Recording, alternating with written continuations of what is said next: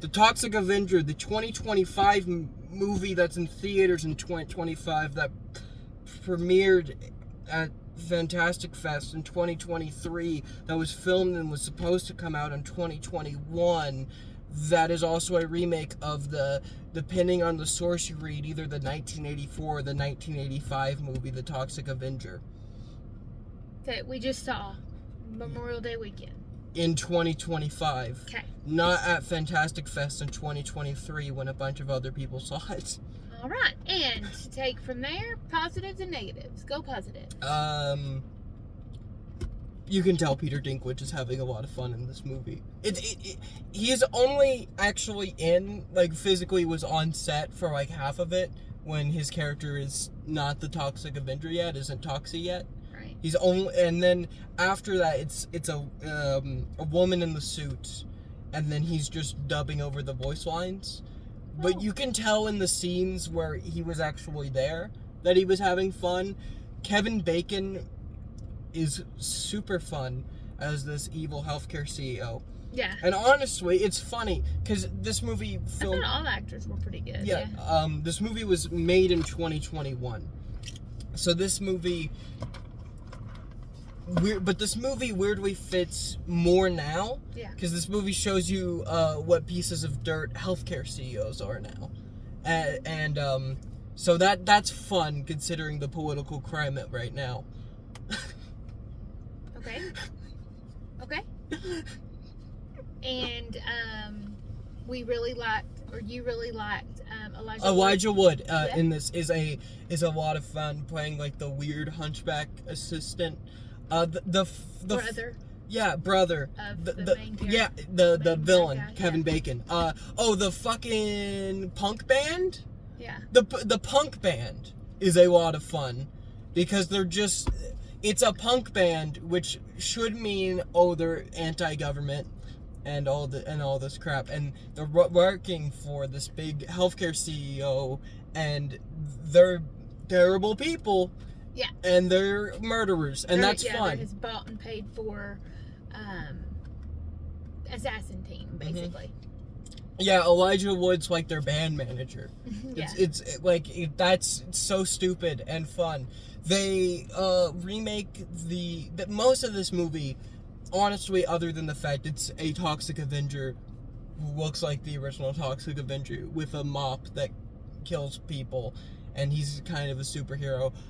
Other than that, this movie doesn't have much to do with the original. Than they remake the fast food shooting the from gore, the first one. The gore is very similar. Yeah, very, very similar. There's one scene in this movie that is a remake of a scene from the original film. And a few boob shots, just to, because it flashback to the original, I guess. Because they were completely unnecessary, but they were just, hey, look, oh. Well, to be real, it's hard to make that movie in 2021. Oh, yeah. It's hard to make the original movie in 2021. It's probably not that hard to make that original movie in 2025 because our we've just gone way more down the gutter in terms of being politically correct in the past few years. And but in 2021 you couldn't make the 1985 one. In 2025 you can make that movie again. But this wasn't made then. What about negatives?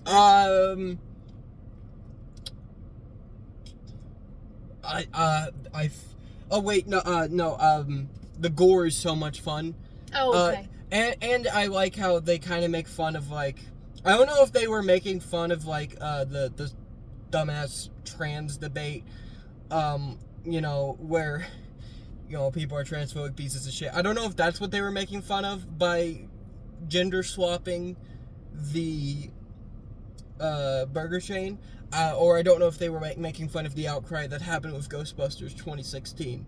Like, I don't know if they're making fun of the actual political issue that horrible people are arguing about and these white supremacists would actually be really mad about, or all the dumbasses on the internet in 2016 who got mad over Ghostbusters.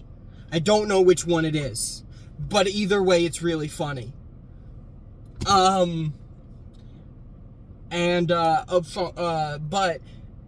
what is funny is having... I lost my train of thought. Oh, like, that... I had a point, I lost it.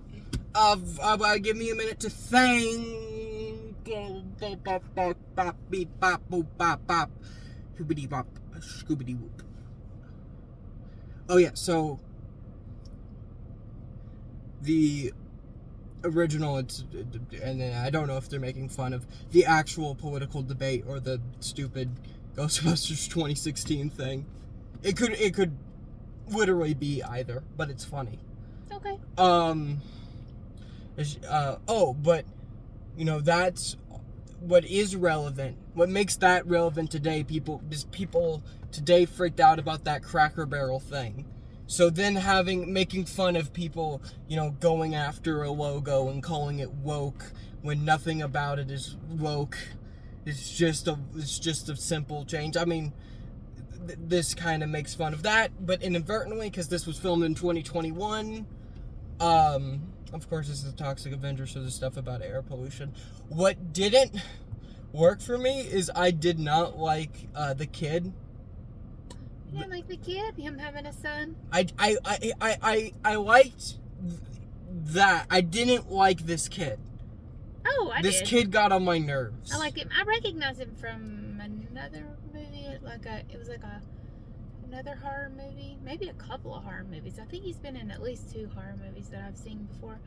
I did like him having a kid, and I did like the little throwback for like the FBI agent or the woman in the diner. That she ends up that she's blind. Because Toxic Avenger's girlfriend in the original was blind. So it was cool that they did. I felt like that was a little bit of a throwback. Well, yeah. Also, the first time you meet the blind girlfriend in the original is in that exact same diner scene. Yeah.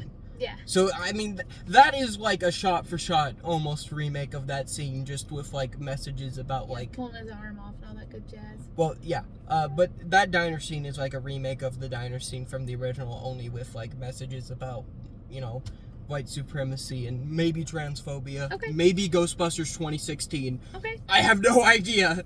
It could be either. And one is way more serious than the other. And I'll give you a hint. It's not Ghostbusters 2016. So those are my policies.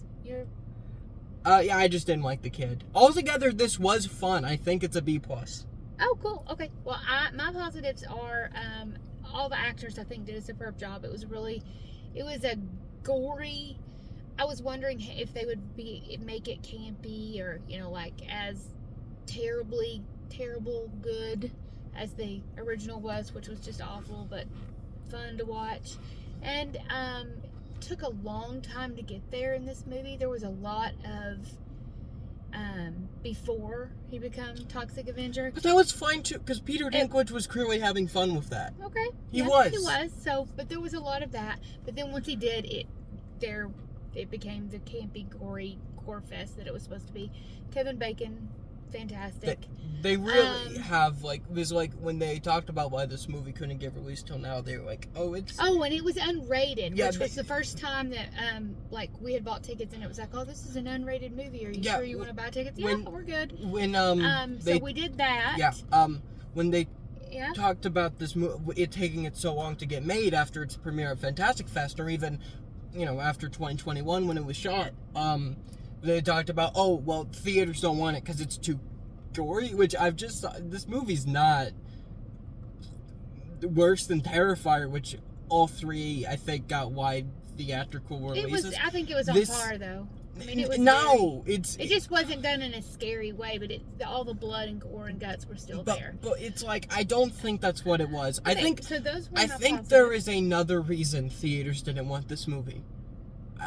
I don't think it's the gore. I don't know what it is. I think there was another reason that this took so long to get put in theaters. Okay, well, there were 10 people in our theater, and it was the largest theater that people should go see in our movie theater. Yeah, people should. We were at the largest. It was in the cinema that we were in. It was the largest theater available. Yeah, I don't know why they did that. People should go see good movies instead of seeing Okay. Wait, no, I need to. I'm looking at the posters, gonna find something really bad that I have seen. This is a rambling people review should go of see. Toxic Avenger. People should go see good movies instead of seeing Jurassic World Rebirth. People should see Toxic Avenger and I give instead. this movie a C+. Okay.